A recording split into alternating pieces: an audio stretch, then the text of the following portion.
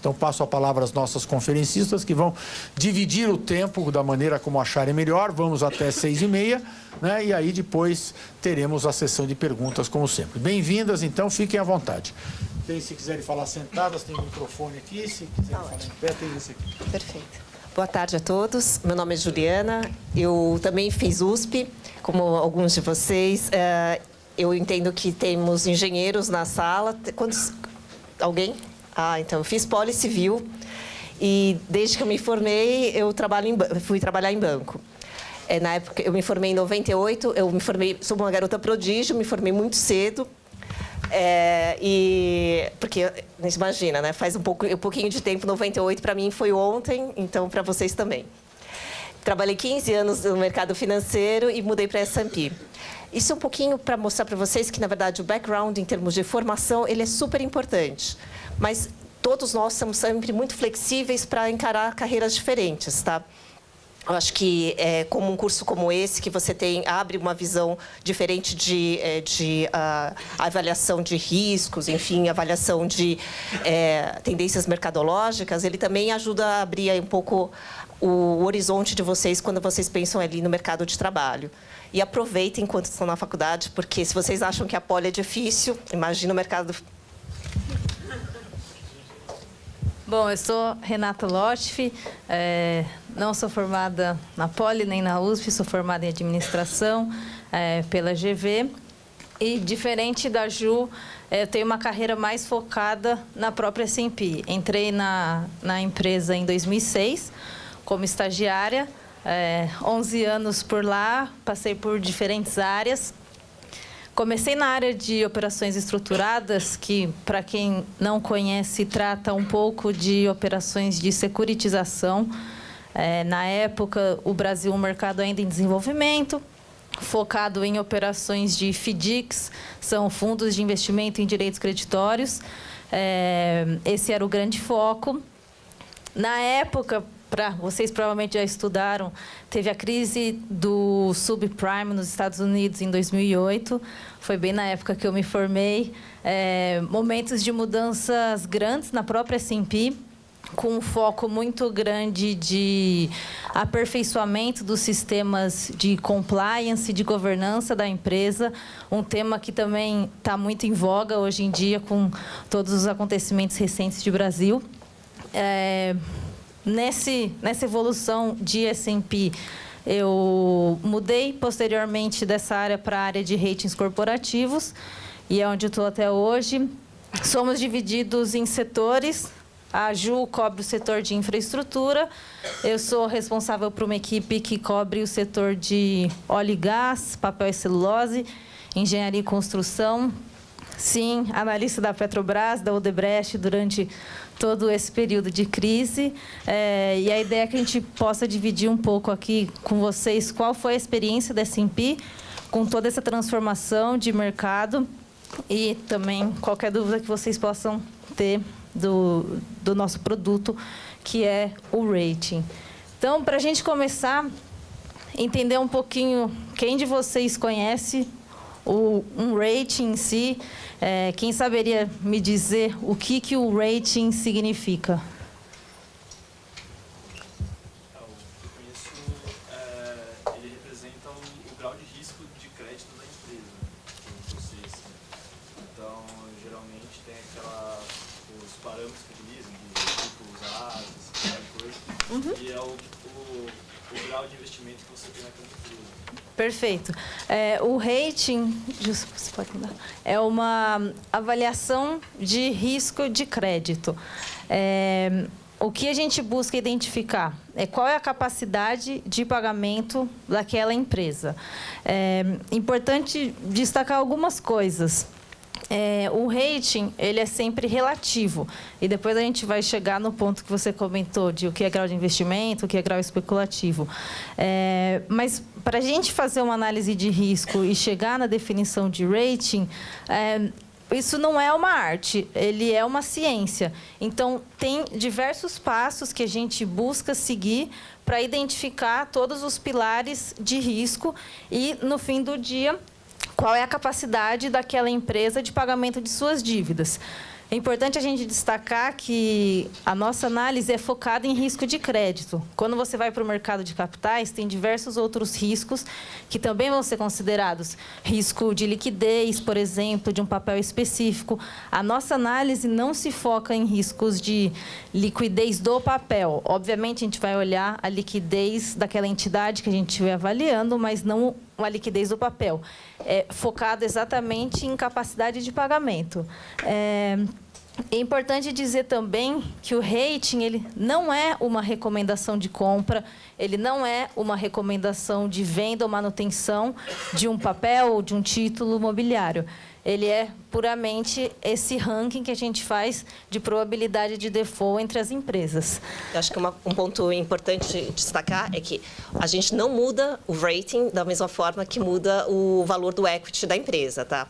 É como a Maria Renata falou, a gente pensa na capacidade daquela empresa e não no preço do seu papel, tá? Quando a gente faz a análise. É uma análise bastante de longo prazo.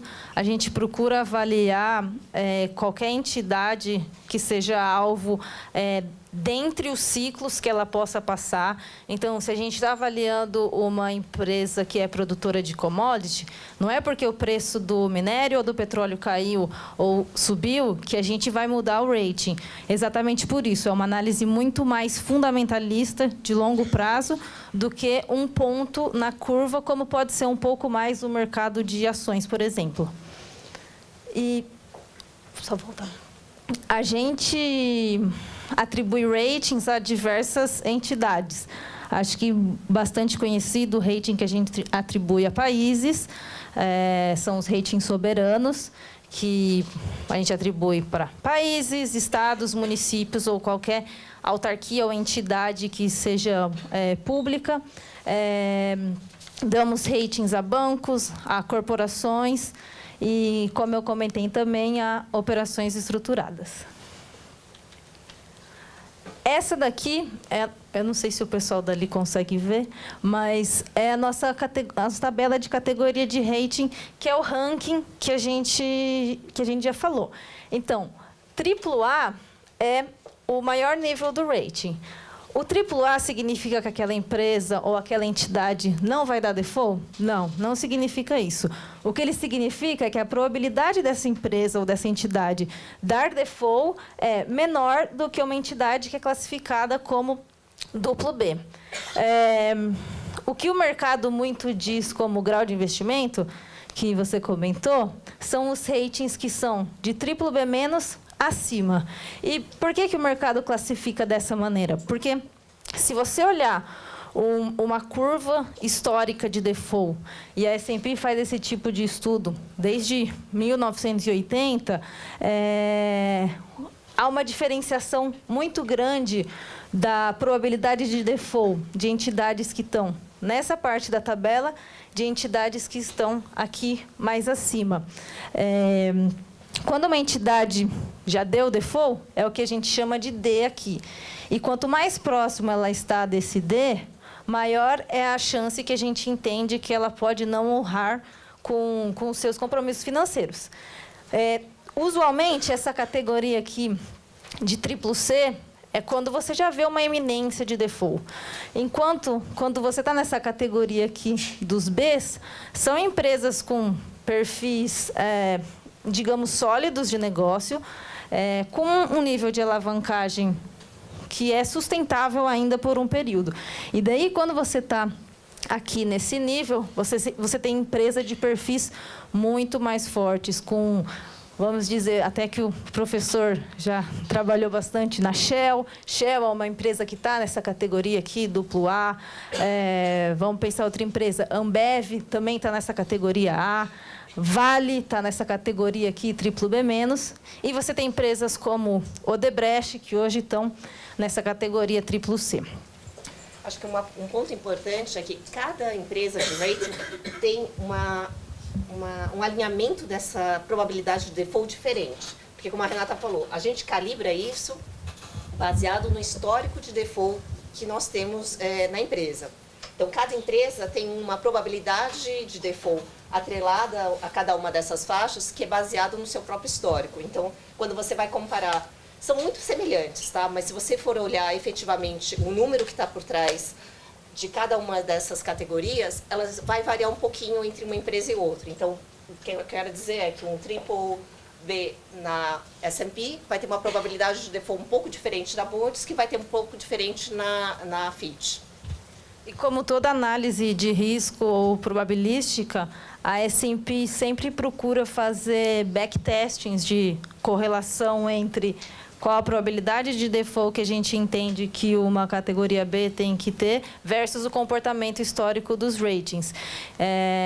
Esses estudos são feitos anualmente e se a gente identifica algum desvio nessas correlações, isso pode levar a uma reavaliação da nossa metodologia. São mudanças constantes que a gente faz na forma de na maneira de identificar risco e chegar finalmente no rating. O mercado evolui de uma maneira muito rápida, nossa análise também. Então, principalmente em momentos de crise, é onde a gente pode reavaliar melhor todo o histórico daquela carteira, daquele portfólio e, eventualmente, fazer qualquer recalibragem das nossas metodologias. Aqui, o que a gente só gostaria de mostrar para vocês um pouco é qual é o processo de um rating. Uma questão importante é, o rating começa pela contratação daquela entidade que vai ser classificada. Eles nos contratam para sua própria avaliação. Isso pode levar vocês a pensarem, bom, tem algum conflito de interesse aí, porque a entidade que está te contratando, no fim do dia te pagando, é aquela que você vai avaliar. E isso é algo que a S&P evoluiu muito desde a crise de 2008, nessa buscar passar ao mercado que essa percepção não é verdade. Então, a Juliana, que somos analistas, por exemplo, a gente não tem nenhum contato com o time comercial, não discutimos FIIs, não podemos saber quanto cada empresa está pagando pelo rating. A gente tem um Chinese wall bastante forte com toda a equipe comercial. Para vocês saberem, a gente não fica nem no mesmo andar, é bastante segregado isso. E foram implementadas diversas políticas internas exatamente de maneira a aperfeiçoar essa transparência ao mercado de que não há conflito de interesse e que o mercado nem deveria ter uma percepção sobre isso. Seguindo-se a essa questão da contratação, começa todo o processo de análise.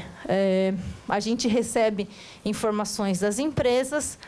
Obviamente, recebemos informações confidenciais, que são tratadas como confidenciais, não são divulgadas ao mercado e a ninguém, mas são parte da nossa análise. Temos reuniões com os gestores da empresa. Usualmente, a gente se reúne com os CEOs, CFOs das empresas. E todos os processos de definição de um rating, eles são formados em um comitê. Então, eu não tenho autoridade, nem a Ju e nem nenhum analista da S&P, para determinar um rating. Isso é determinado em um comitê, onde a maioria vai votar e decidir por qual é o rating daquela entidade. São comitês globais, com pessoas especializadas naquela determinada indústria ou setor. Então, se eu vou levar a comitê a Petrobras, vai estar no comitê o analista da Shell, o analista BP, o analista da Exxon, e, em conjunto, a gente vai chegar nessa definição do rating. Usualmente, para vocês saberem, são comitês de 5 pessoas, no mínimo. Não é qualquer um que pode votar, tem que ter um certo nível de requerimento, provas internas e certificações para poder votar no comitê. E, assim, a gente chega na definição.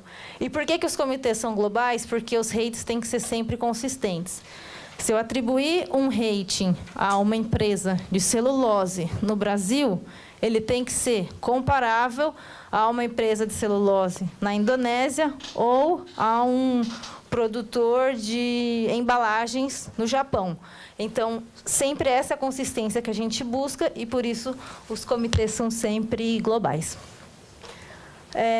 E, obviamente, depois de todo o processo de publicação, os ratings, os nossos relatórios são disponíveis, inclusive no nosso site. Se vocês tiverem interesse de alguma empresa ou algum crédito específico, também podem contatar a gente. São materiais públicos e é o nosso dever fiduciário também com o mercado explicar toda a formação e balizamento daquela análise. Os monitoramentos são constantes. O rating, o que a gente sempre fala internamente, o rating tem que estar certo todo dia. Então, se a gente identifica alguma variável que não está em linha com o que a gente projetava ou com o que a gente esperava, a gente tem que, naquele mesmo momento, levar isso a comitê para rediscutir o caso. Sim. Eu acho que daí tem 2 pontos que são bem relevantes. Essa questão do monitoramento, porque é uma coisa que todo mundo pergunta quando a S&P fez 3 rebaixamentos do Brasil nos últimos 2 anos, e as pessoas sempre tinham a percepção que vem do mercado então a próxima revisão só vai acontecer daqui a 1 ano. Não, ela sempre acontece na medida que você tem um evento tão relevante que ele tenha que ser incorporado na nossa análise. Tá? Então, alguns desses acontecimentos passou-se muito menos tempo, que nem esse ano a gente revisou em fevereiro e depois agora em agosto o rating do Brasil. Significa que em fevereiro, quando a gente achou que tinha uma turbulência política que pudesse interferir no andamento econômico, a gente foi, não a gente, eu e a Renata, mas o analista do Soberano levou para o comitê para avaliar qual seria o impacto dessa turbulência no risco de crédito do Brasil. Acho que um ponto também interessante que a Renata falou daqui, a gente está falando um pouco de governança. Tá? Então, porque existe um conflito de interesse entre nós, analistas, e a empresa que nos contratou. Mas vocês têm ideia por que a gente somos contratados pela empresa e não pelo mercado? Não é só porque o mercado não é só porque a empresa paga, mas é porque, no nosso entendimento, a empresa está melhor posicionada para passar todas as informações necessárias para a gente fazer a avaliação. Tá? Então, assim, eu sempre brinco que o analista principal daquela empresa, ele funciona como um advogado no comitê de crédito, que é a sala de júri.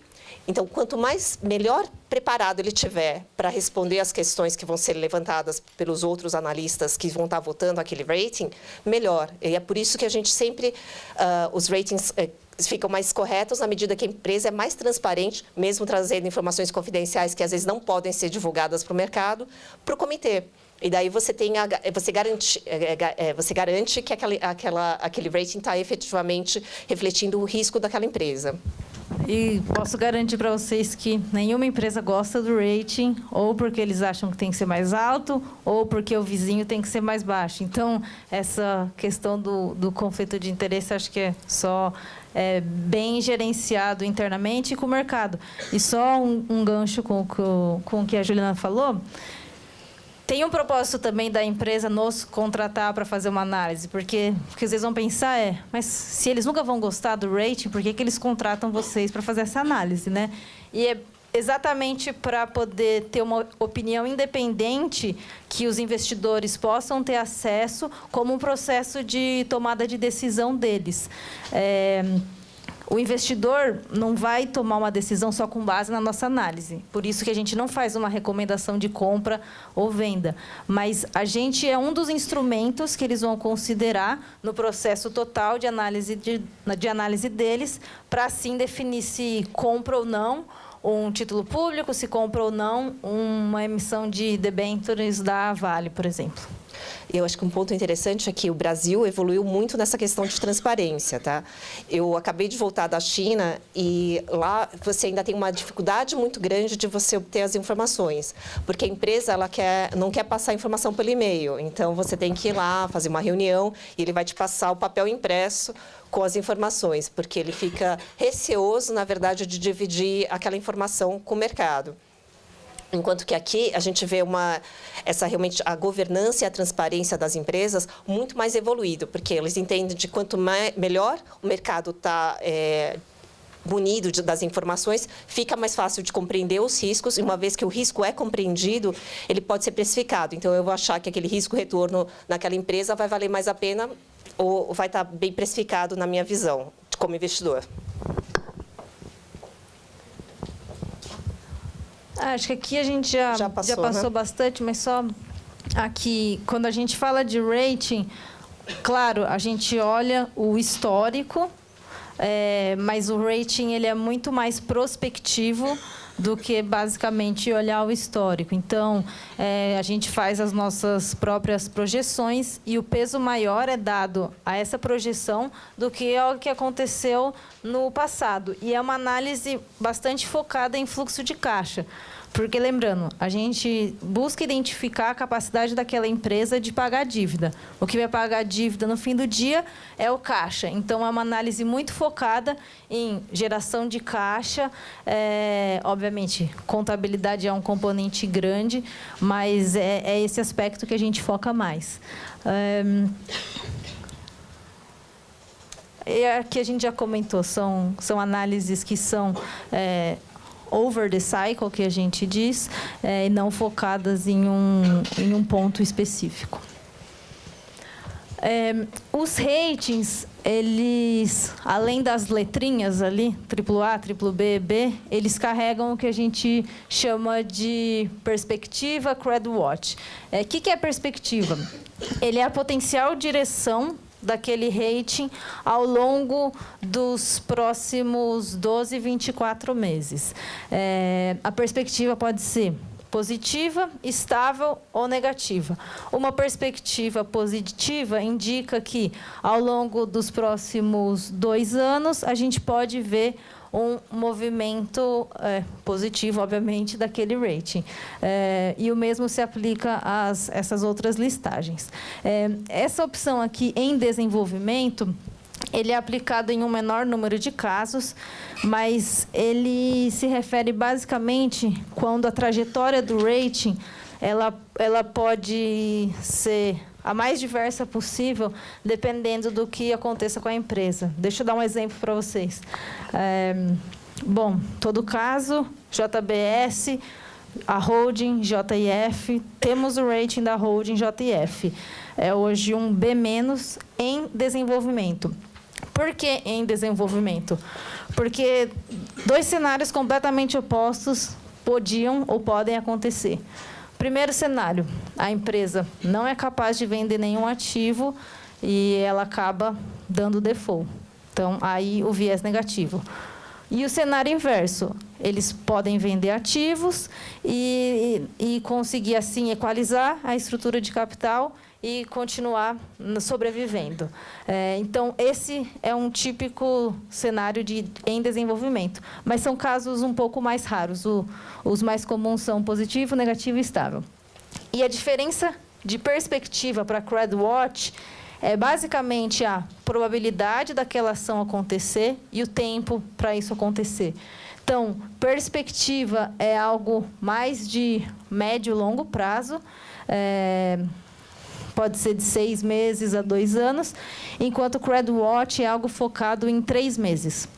É mais ligado a um risco de evento específico. E a outra questão é de probabilidade. Perspectiva é uma em 3 a probabilidade de ocorrência daquele evento, enquanto Credit Watch é de 50% a probabilidade de ocorrência do evento.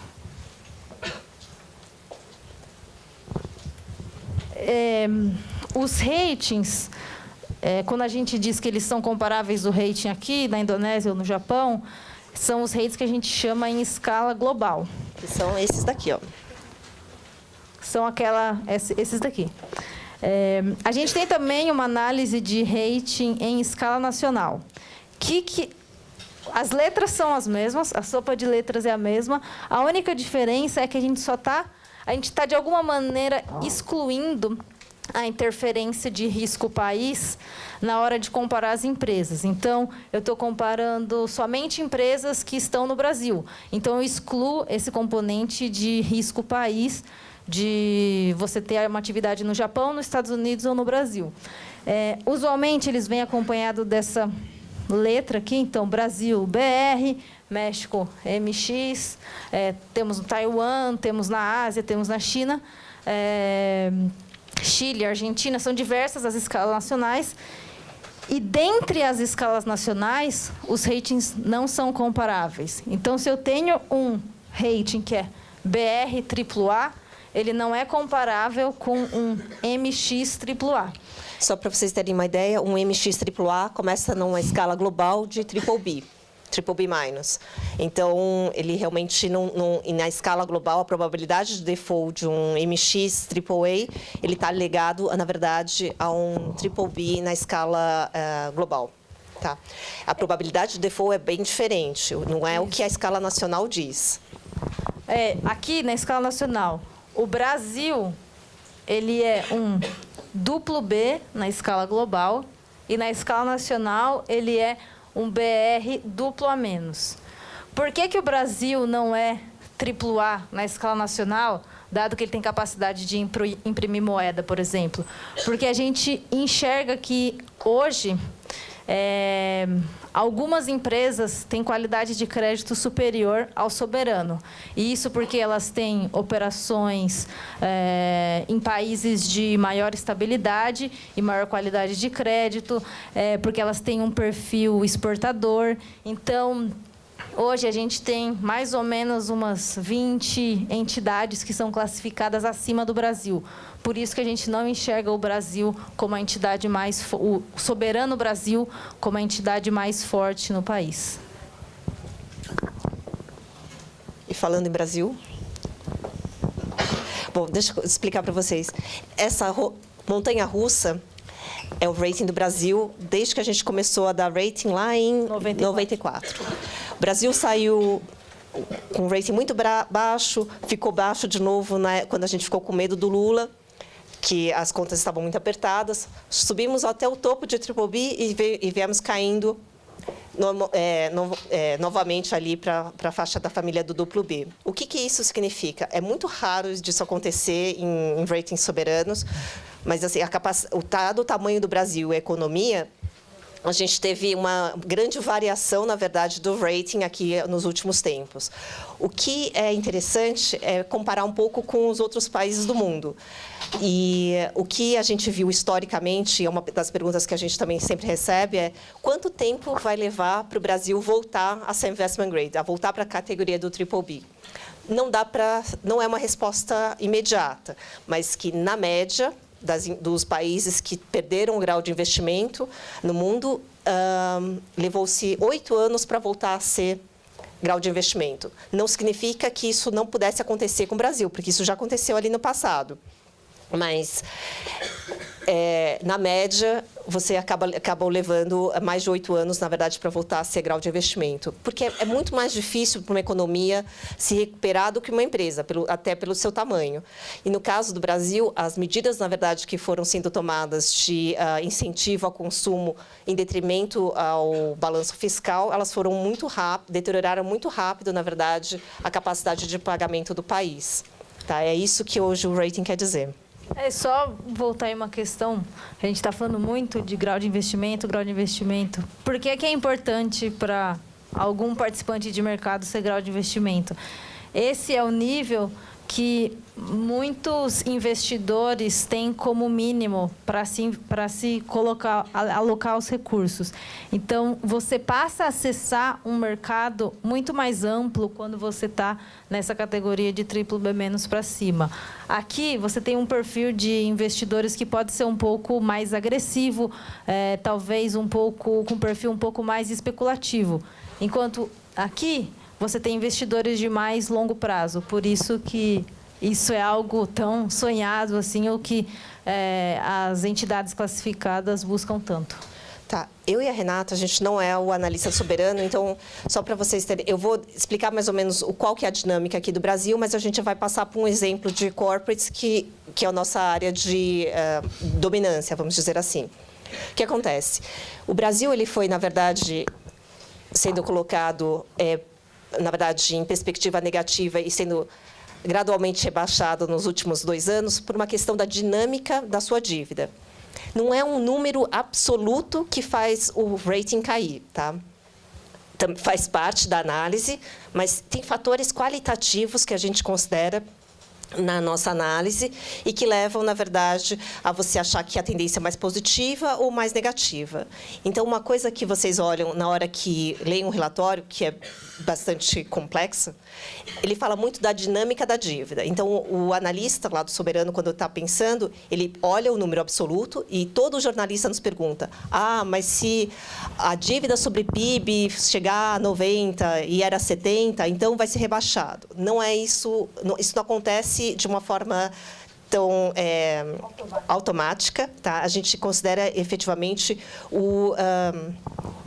dados qualitativos na hora de fazer essa análise da dinâmica. E o que aconteceu? Nos últimos 2 anos, essa dinâmica da evolução da dívida, ela foi muito mais forte do que a gente gostaria ou imaginava. Significa que a inércia do país, quando você começa a ter um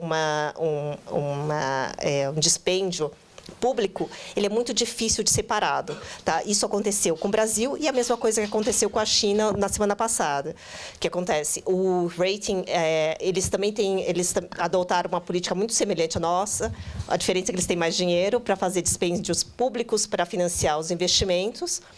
E a inércia, na verdade, dessa ajuda traz uma pressão sobre a dívida nos próximos 5 anos. E é isso que a gente está olhando em termos de tendência. Então, assim, só para ter uma ideia, a gente vai tentar explicar um pouco a forma como a gente captura esses dados qualitativos na nossa análise fundamentalista, na verdade, na nossa ciência.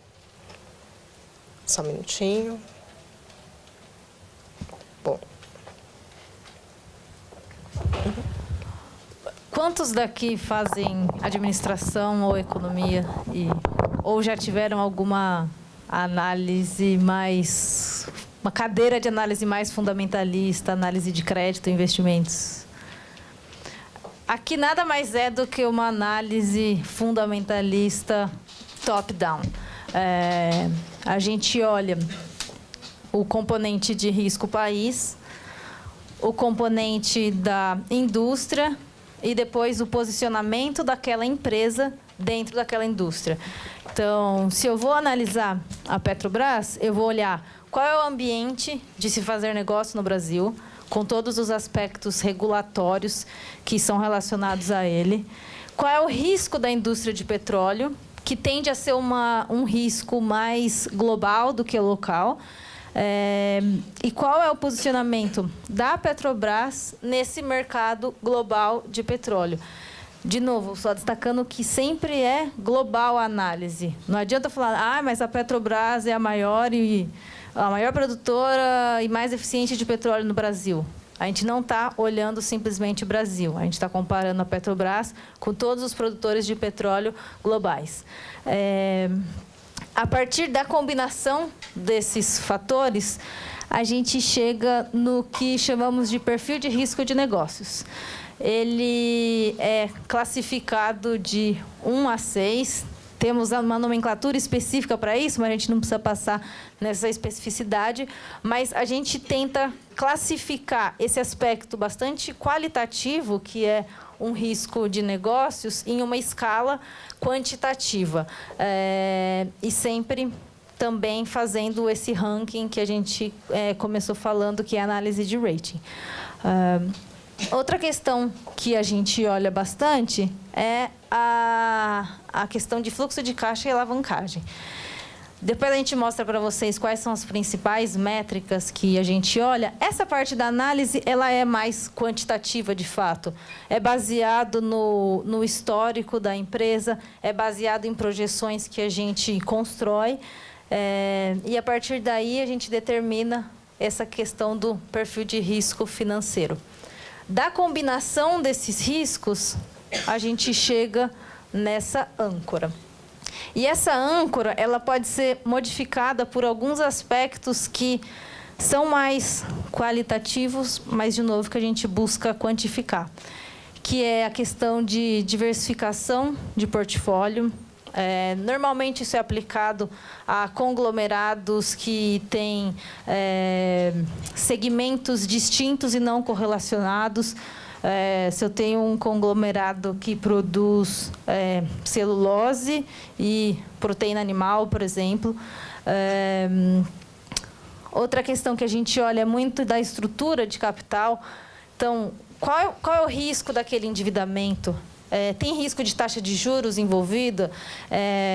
Tem risco de câmbio? A empresa faz uso de hedge? O hedge é com perfil especulativo ou é um perfil exatamente de proteção de caixa? E quão longo é a duration daquele endividamento? Isso tudo entra nessa análise de estrutura de capital. A gente olha bastante também política financeira, que é um pouco do posicionamento do gestor com relação àquela empresa. Tem índices definidos de alavancagem que eles acompanham ou buscam seguir. Tem um perfil agressivo para M&A, para fusões e aquisições.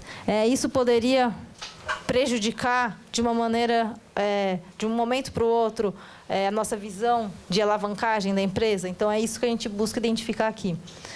Olhamos também liquidez.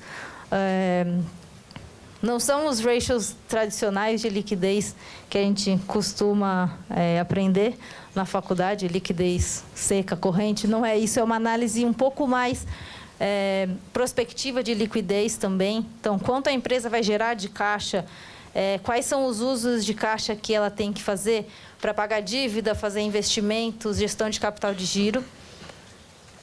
E tem esse componente aqui que eu diria que é um dos mais difíceis de analisar, que é de administração e governança. Esse tende a ser o componente que a gente é menos prospectivo. A gente conseguiu prever que a Lava Jato ia acontecer? Não. Então, são alguns componentes que são difíceis exatamente de você identificar de antemão. A gente busca, a partir de alguns indícios, tentar avaliar essa questão de governança e como ela pode impactar, especialmente negativamente, o desempenho de uma empresa. Então, a gente olha como é o posicionamento, como é a definição da estratégia daquela empresa, como que o conselho de administração olha para aquele caso, quais são as políticas de controle de risco que as empresas utilizam, quais são todas as políticas de compliance. Então, é uma análise bastante qualitativa que a gente também busca quantificar em alguns scores. Quer falar uma coisa? E, por fim, essa análise de ratings comparáveis, que a gente diz que é o ajuste fino do rating. O rating ele tem bastante de julgamento analítico. Por isso que a gente está lá, graças a Deus, né? Senão, fazia um robô que ia rodar aqui a combinação de todos os fatores e ia chegar no rating. Não é assim. Todos esses componentes têm algo bastante julgamental. E esse aqui, talvez, é o que combina tudo isso. Que a gente pode, basicamente, modificar tudo isso para cima ou para baixo, para ter o rating comparável com todas as outras empresas. Por fim, uma questão que a gente avalia também é a influência de se fazer parte de um grupo ou de ser parte relacionada a um governo. Então, aqui, se eu estou analisando uma subsidiária da Votorantim, produtora de cimentos da Votorantim, eu vou analisar a qualidade de crédito inteira do grupo e tentar identificar qual pode ser a influência positiva ou negativa que o restante do grupo pode exercer sobre aquela subsidiária específica que eu estou avaliando. E o mesmo se aplica à relação com os governos. Se eu vou avaliar a Petrobras ou a Eletrobras, eu vou identificar qual pode ser a influência que o governo soberano do Brasil pode ter sobre aqueles créditos, seja via suporte, seja via uma intervenção negativa. Eu vou agora, na verdade, mostrar para vocês, muito rápido, um pouco desses pesos que a Renata falou em termos quantitativos. Não dá para a gente passar por cada um deles, mas é só para vocês terem uma ideia de que é o que a Renata falou. Como a gente está dando pesos para cada uma desses pontos, poderia um robô chegar e, sem dúvida, fazer. Talvez num mercado muito estável, que você não tenha interferências externas, o robô pode até chegar num julgamento melhor, porque ele é mais frio. Só que o julgamento analítico de cada um desses, ele não tem a capacidade, na verdade, de você antecipar uma situação de volatilidade por conta de uma mudança externa, tá? Por exemplo, uma guerra em um país. Como é que o computador vai mensurar aquele risco que pode trazer no negócio daquela empresa? Então, por enquanto, a inteligência artificial não chegou nesse nível. Então, assim, quando a gente olha, como a Renata falou, o risco país, a gente vai dando pesos que é muito baseado na nossa experiência. Aqui, o Brasil, numa escala de 1 a 6, é um 4. E, por exemplo, se eu tivesse uma rodovia, a gente considera ela como um peso de 2, numa escala de 1 a 6 também. E 6 sempre é um risco mais alto, porque, normalmente, a rodovia ela tem um risco mais baixo, porque ela só tem risco de volume. Você sempre vai ter que usar... até inventarem um carro voador, né, que a gente está esperando os Jacksons até hoje, você tem que usar a rodovia, na verdade, para chegar no seu destino. Então, a nossa mecânica da conta atrás de tudo isso, ele combina o 4 com 2 e ele chega num 3. E assim funciona, na verdade, para todos os componentes. Por exemplo, quando a gente pensa em vantagem competitiva, a escala, escopo, a gente está dando um peso que varia de acordo com a indústria para cada um desses fatores.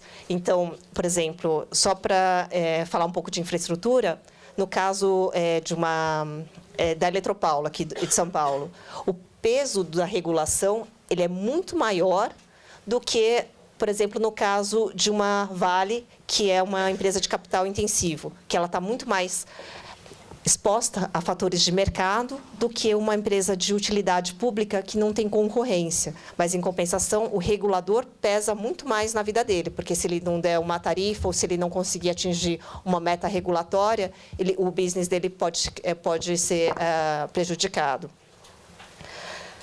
E daí o risco financeiro, que é a nossa análise de fluxo de caixa. E acho que um ponto que muda muito na nossa análise do que o mercado, na verdade, gosta de usar é o EBITDA e o fluxo de caixa livre, o que a gente chama de lucro líquido caixa.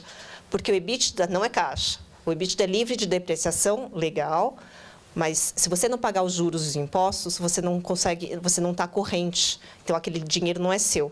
E por isso que a gente usa muito essa questão do lucro líquido caixa na nossa análise. O EBITDA é um regime muito mais de competência, né? Então, isso. O que a gente busca fazer aqui legal, tem um regime de competência, mas vamos para o lado mais real de geração de caixa. Então, a gente tira o pagamento de impostos e juros para ver um pouco mais do fluxo operacional que a empresa gera. Tá. Isso também a gente vai comparar. Isso aqui é realmente a análise fundamentalista do número quantitativo, tá? Daí, dependendo da indústria, a gente pode ter menos volatilidade na indústria ou mais volatilidade na indústria. Isso depende realmente da nossa avaliação de risco e posicionamento da empresa, para chegar no rating que a Renata chegou lá, que era o âncora, que é a combinação do perfil, do peso que isso foi dado para o perfil de negócios e para o perfil financeiro da empresa. Daí, enfim, depois a gente olha, cada uma, na verdade, dos fatores também é dado um peso matemático para chegar no rating. Tá? Eu não vou falar de projetos, porque daí a gente vai ficar 30 anos aqui falando de uma coisa que é uma teoria no Brasil que ainda não funciona. E só para dar um gancho aqui, numa aula que vocês tiveram sobre questão de mudanças climáticas. O que acontece? Green bonds é o tópico do momento no mercado, porque talvez a gente tenha, porque o Brasil é um país muito continental, a gente não tenha tempestades, não tenha furacões, não tenha degelo. Nada disso, na verdade, interfere no nosso dia a dia tão forte quanto interfere, por exemplo, no caso da Europa. Tá? Então, principalmente os países europeus, eles valorizam muito o impacto ambiental daquele investimento. E existem fundos, na verdade, na Europa, que estão sendo criados para comprar ativos verdes. Na verdade, que são ativos verdes é aquele que tem um menor impacto ambiental. Não significa que ele não tem impacto ambiental. Ele tem um menor impacto no sentido de que ele está fazendo um investimento, de repente, para reduzir as emissões de carbono, ou ele tem uma indústria, por exemplo, eu estava falando com a Renata um pouco antes, a Fibria, que tem uma floresta em um processo industrial muito fechado, num ciclo, na verdade, de quase resíduo zero. Então, ele gera menor resíduo em comparação a uma outra indústria, o mesmo fabricante, por exemplo, na Indonésia, que pega e desmata uma floresta para fazer papel. Com trabalho escravo. Oi? Com trabalho escravo. Com trabalho escravo, isso. Tá, então, assim, é por isso que o mercado de green bonds ele é bastante ativo, na verdade. Se você olhar, na verdade, os mercados, eles têm crescido ano após ano, mas, assim, tem dobrado o volume de emissões. Por quê? Existe realmente essa preocupação muito maior na Europa que nos Estados Unidos, de você estar pensando no futuro, daqui 50 anos, de como a gente vai deixar o mundo para frente. Nesse sentido, como é que um green bond, uma emissão, ela vira green? As empresas, na verdade, elas procuram certificadoras para avaliar qual o impacto, na verdade, da mitigação, que aquele investimento que ela vai fazer com o dinheiro que ela está captando para redução de carbono. Então, ela consegue esse selo de green bond. Qualquer empresa, na verdade, poderia ter. Então, acho que teve uma emissão da Repsol, que é uma empresa petroquímica espanhola, no começo desse ano, que foi bastante conturbada, porque eles conseguiram um selo verde, emitiram green bonds, e todo mundo estava falando, mas como é que uma empresa petrolífera tem um green bond, um selo verde? É porque eles estavam fazendo um investimento grande para uma optimização do sistema de água e de resíduos nas suas fábricas, nas suas refinarias. Então, para isso, na verdade, como isso é uma melhora na capacidade produtiva da empresa, eles conseguiram esse selo verde. Tá? Qual é o problema hoje do mercado de green bonds? É que você é verde ou não verde. Tá? Então, daí, nesse sentido, o que nós da S&P resolvemos fazer? Tentar medir o quão verde uma emissão poderia ser. Então, quando o papel ele entra como verde, ele tem essa questão de transparência do uso do dinheiro e da governança, que é o controle que aquele dinheiro vai ser usado para fazer aquele investimento. O que a gente tentou fazer é medir efetivamente qual é a capacidade de mitigação daquele investimento, no sentido de que, obviamente, que se você está fazendo investimento elétrico numa eólica ou numa solar, ele é muito mais positivo do que você fazer uma usina de carvão, mesmo que ela seja mais eficiente, ou uma de gás. Tá? É esse tipo de diferenciação que a gente está fazendo. E também, por exemplo, no Brasil, que a matriz energética ela é muito mais verde, porque a gente tem uma base hidrelétrica muito mais forte, o impacto de você colocar uma eólica é menor na nossa matriz energética do que seria numa China, onde a base energética ela é toda de carvão. Tá, então, a gente está tentando mensurar o impacto daquela tecnologia naquela região. E, da mesma forma, enfim, você pode aplicar isso também para a água. Então, uma empresa mineradora que tem uso de água vai ser menos verde se tiver um processo que não faz o tratamento daquele resíduo, enquanto que aquela que faz o tratamento daquele resíduo para você poluir menos os rios. E a gente tem um caso latente da Samarco, né, que teve uma repercussão bastante forte, teve negativamente ali no mercado. Tá bom? Acho que era só para dar um gancho de que essa questão climática, hoje, ela é mensurável em termos de benefício. E o que na verdade, as empresas estão buscando? Como esse dinheiro existe para ser investido no mercado verde, isso ainda não acontece no Brasil, mas ela traria um benefício em termos de valor, na verdade, né, financeiro. não existe... Custo financeiro. Custo financeiro fica um pouco mais barato. Tá? Porque existem poucas oportunidades, na verdade, de se investir em ativos verdes e, na verdade, uma demanda muito grande por eles. Algumas empresas brasileiras já emitiram, né? A Fibria, Klabin, Suzano, mais essas produtoras de celulose. Mas é um mercado que tem crescido bastante. Bom, obrigada.